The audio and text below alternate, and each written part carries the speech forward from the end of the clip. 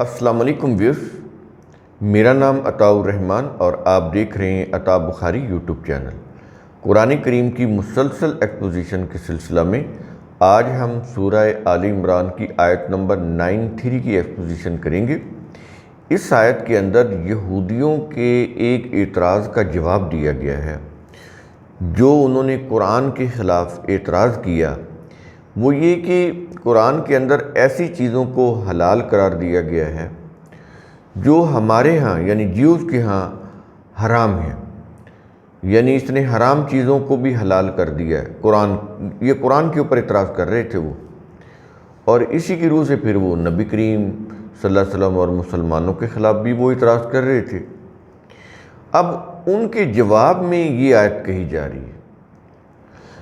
یہاں پر یہ بھی چیز سمجھ لیں کہ جو چیز جیوز نے کی اپنی طرف سے ہی حرام قرار دینا، پھر اپنی طرف سے کسی چیز کو حلال قرار دینا، یہی چیزیں جیوز نے کی، پھر کرسچن نے کی، اور آج یہ جو ہم اجمی مسلم ہیں، ہمارے جو فقہا ہیں، شریعتیں بنانے والے، انہوں نے بھی یہی کام کیا۔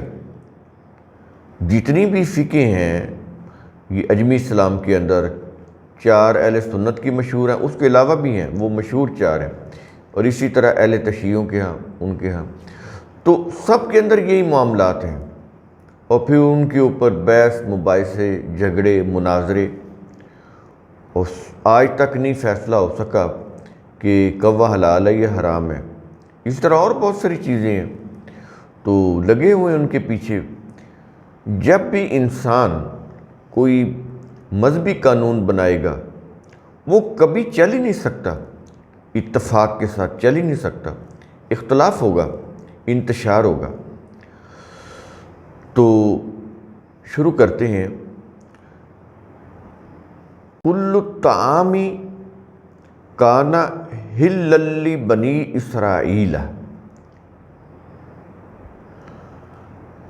ان کے الفاظ پہ آپ نے غور کرنا ہے کہ قرآن کریم کہہ کیا رہا ہے۔ کل الطعام، یہ تمام کا تمام، یہ جو طعام ہوتا ہے یہ کھانا، کھانے کی چیزیں، کل کا مطلب تمام، سب۔ کہتا ہے کہ بنی اسرائیل کے لیے سب طعام یعنی کھانے کی چیزیں، سب طعام حلال تھا، جو بھی کھانے کی چیزیں تھیں وہ حلال تھیں۔ الا ما حرم اسرائیل علی نفسہ، سوائے اس طعام کے جو اسرائیل نے اپنے نفس پر حرام کر لیا تھا۔ یہ اسرائیل سے مراد یعقوب علیہ السلام۔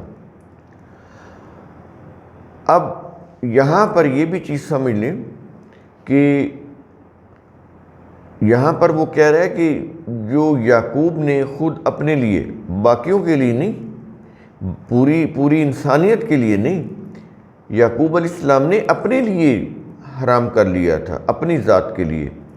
تو اس کا مطلب کیا ہے؟ اللہ کی حلال کردہ چیز کو کوئی کیسے حرام کر سکتا ہے؟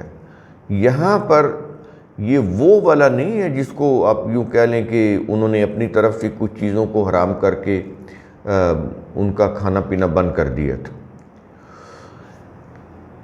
یہاں سے مراد یہ ہے کہ یعقوب علیہ السلام کے لیے ان کی اپنی جسمانی یا طبعی فزیکلی ہو سکتا ہے کہ ان کو کوئی ایسا کوئی ایشو ہو، کوئی مسئلہ ہو جسمانی طور پر، جس میں جو چیزیں انہوں نے اپنے لیے کھانی بند کر دی تھیں وہ کھانا ان کے لیے مضر صحت ہو۔ اب یہ دیکھیں، اس کی ایک میں مثال دیتا ہوں۔ قرآن کریم کے اندر شہد کے بارے میں کہا گیا ہے کہ اس میں شفا ہے، کہا گیا ہے نا، لیکن اس کے باوجود اگر کوئی ڈائبٹک پیشنٹ ہو، شوگر کا مریض ہو، اور وہ شہد کو استعمال کرنا شروع کر دے، تو آپ مجھے بتائیں اس کا شوگر لیول بلند ہوگا یا برابر رہے گا؟ یہ چیزیں ہیں۔ کوئی اگر شوگر کا پیشنٹ کھجوریں زیادہ ساری ڈیلی کھانا شروع کر دے تو کیا ہوگا؟ اس کا شوگر لیول ہائی ہو جائے گا، تو اس میں اس کو بہت سارے مسائل سے دوچار ہونا پڑ سکتا ہے۔ اور اسی شوگر سے اس کی موت بھی واقع ہو سکتی ہے اگر اس کا لیول بہت زیادہ ہائی ہو جاتا ہے۔ یہ چیزیں ہیں۔ تو اپنے کسی اس طرح کا جو مسئلہ ہے طبی طور پر کوئی چیز نہ لینا کہ اس سے کہیں کوئی صحت نہ خراب ہو جائے، تو یہ وہ والا حرام نہیں ہے جس کو یہ مفتی وغیرہ حرام کرتے ہیں، یا مذہبی علماء جس چیز کو حرام قرار دیتے ہیں، یہ وہ والا حرام نہیں ہے۔ یہ وہ والی حرمت ہے، یہ حرام قرار دینا ہے کہ آپ اپنی صحت کو جس چیز کے لیے سمجھتے ہیں کہ وہ چیز آپ کی صحت کے لیے وہ مضر صحت ہے، نقصان دہ ہے، اس کو استعمال میں نہیں لاتے، اس کو کھانا پینا بند کر دیتے ہیں، تو یہ وہ والی حرمت ہے جو یعقوب علیہ السلام نے کی تھی۔ یہ وہ فقہی طور پر حرام قرار دینا نہیں ہے۔ بہت یہ قابل غور چیز ہے انبیاء کے متعلق ایسی بات کہنا جو بالکل قرآن کے خلاف ہے۔ اس میں تو پھر انسان کے لیے یہ چیزیں بڑی ہی تباہ کن ہیں کہ ہم آج یعقوب علیہ السلام کے لیے اپنی طرف سے کوئی الزام لگا دیں کہ انہوں نے اللہ کی حرام کردہ چیز کو اللہ کی حلال کردہ چیز کو حرام قرار دے دیا تھا، تو یہ الزام ہو جائے گا۔ تو اس سے بچنا چاہیے، بڑی کیئرفلی بات کرنی چاہیے۔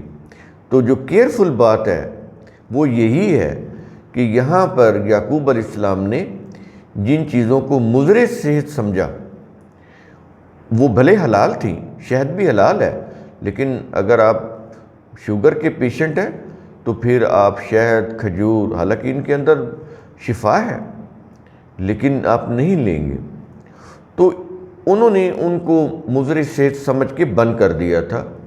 یہاں سے وہ مراد ہے۔ تو اس کی قرآن کریم بات کر رہا ہے کہ الا ما حرم اسرائیل علی نفسہ، یہاں پر قرآن نے واضح کر دیا علی نفسہ، پوری قوم اپنی قوم کے لیے انہوں نے حرام قرار نہیں دیا تھا۔ یہ تو اس آیت کے اندر خود اللہ تعالیٰ نے واضح کر دیا ہوا ہے کہ علی نفسہ، کہ یعقوب علیہ السلام نے صرف اپنی نفس کے لیے، صرف اپنی ذات کے لیے ان چیزوں کو اپنے اوپر حرام کر لیا تھا، یعنی ان چیزوں کو مضر صحت سمجھ کر ان کو کھانا پینا بند کر دیا تھا۔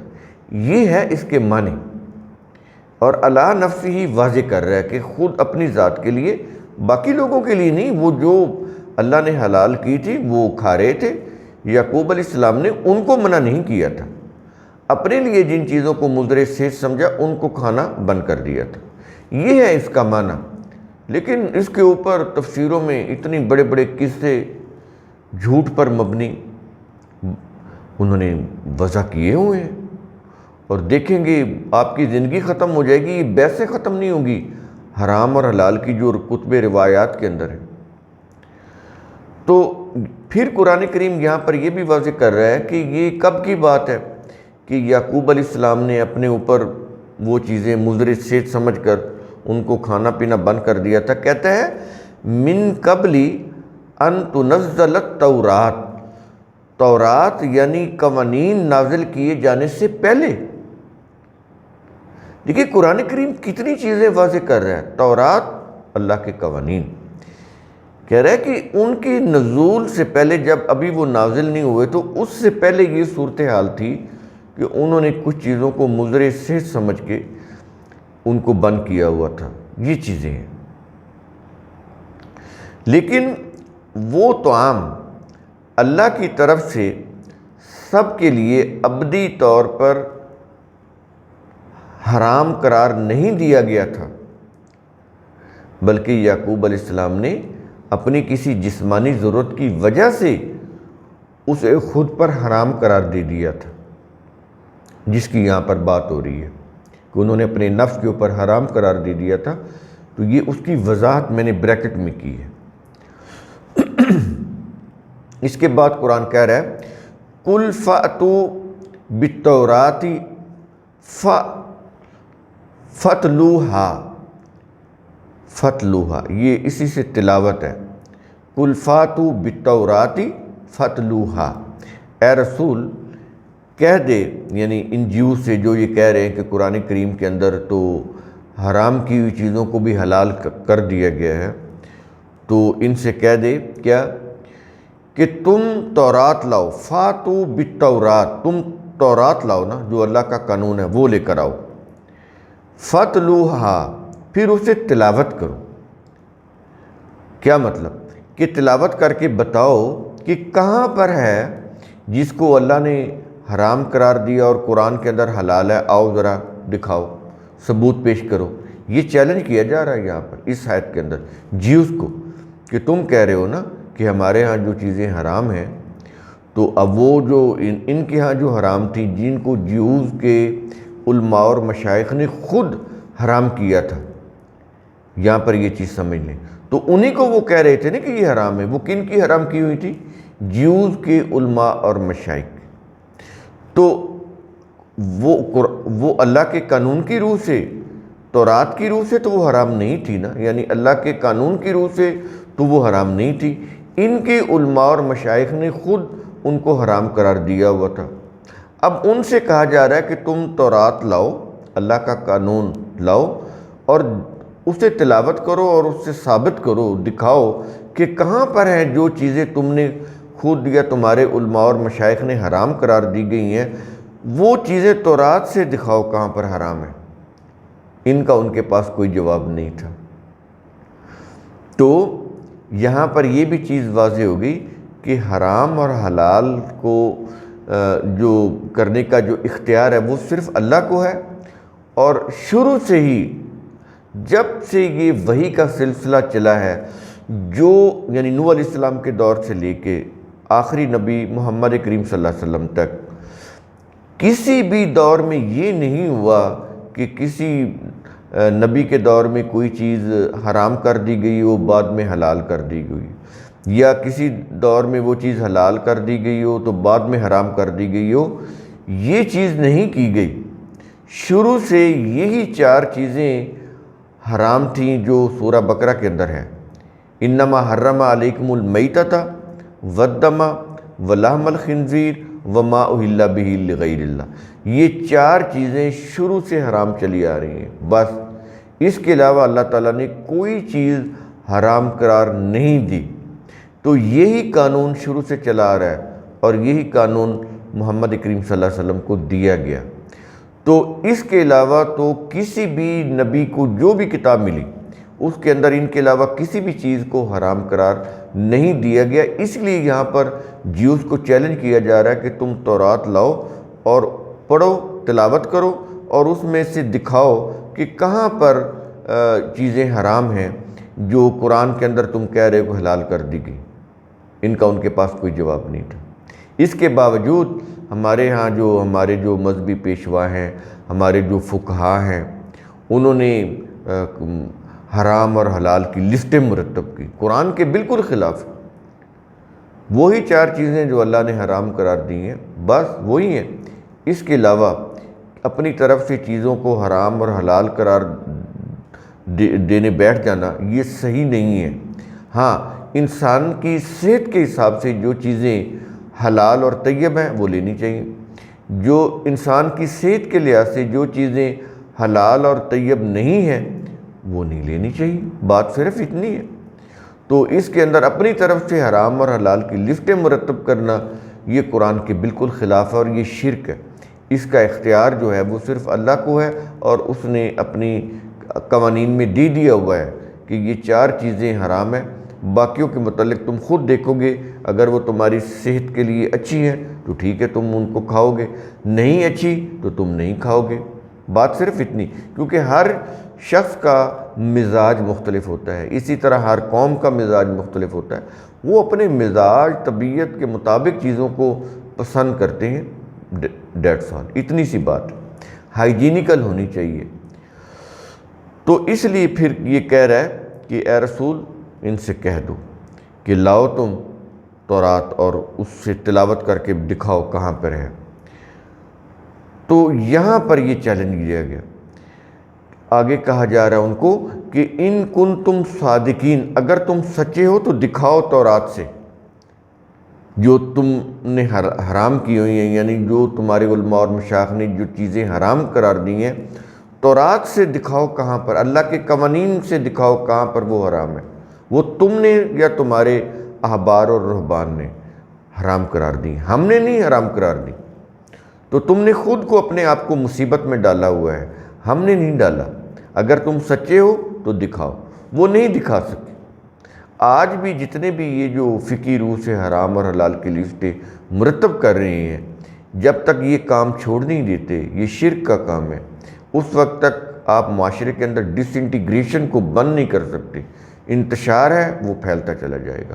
اس کے لیے ضروری ہے کہ وہیں پر رہ جائے جہاں تک اللہ کے قوانین ہیں، انہی قوانین کی لمٹ کے اندر رہ جائے۔ جو ہی آپ اس کو کراس کریں گے تو پھر معاشرے کے اندر مسائل، پریشانیاں، مصیبتیں کھڑی ہو جائیں گی۔